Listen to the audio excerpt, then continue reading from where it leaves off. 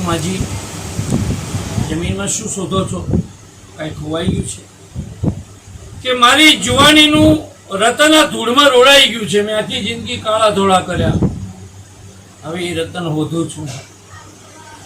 તમે કેટલું જીવ્યા એ મહત્વનું નથી, કેવું જીવન જીવ્યા એ મહત્વનું.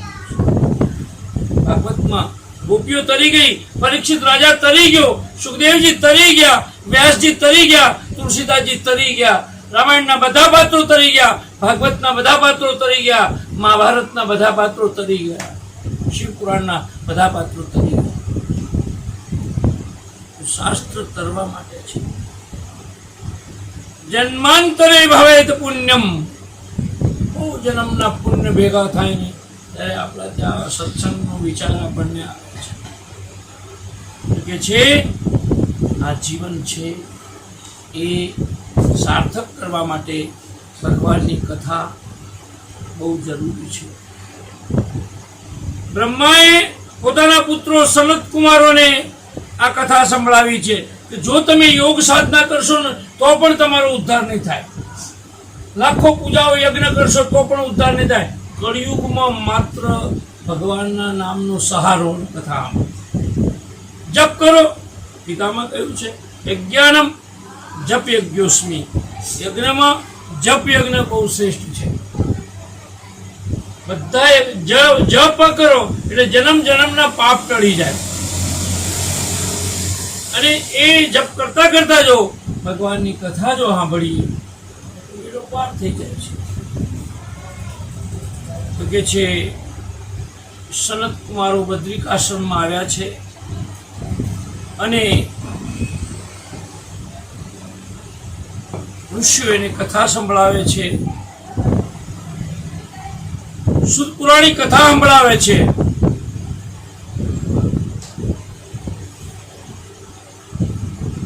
શુદ્ધ પુરાણી કહે છે કે એવામાં નારદજી આવ્યા છે. નારદજી ચિંતામાં હતા, વિષાદ છે, આઘાત છે નારદજીને, મોઢું પડી ગયું છે. જેમ ગીતામાં અર્જુનનો વિષાદ છે કે અમારા કાકાના મામાના બધા દીકરાઓ મારી સામે ઊભા છે, હું એમની સામે કેવી રીતે લડીશ, એવી રીતે અહીંયા એમને પણ વિષાદ છે, ખૂબ દુઃખ છે, ચિંતા છે. ગીતામાં અર્જુનને વિષાદ છે, ભાગવતમાં નારદજીને વિષાદ છે, યોગ વશિષ્ઠમાં રામને વિષાદ છે. વિષાદ એટલે ચિંતા એક પ્રકાર. તો કે છે શરદ કુમારો બોલ્યા છે કે નારદજી શું ચિંતા છે? કથમ બ્રહ્મ નંદીન મુખ કુત ચિંતાતુરો ભવન, તમે કેમ ચિંતાતુર છો? તમને શું કારણ છે? આપ ઉદાસ કેમ છો?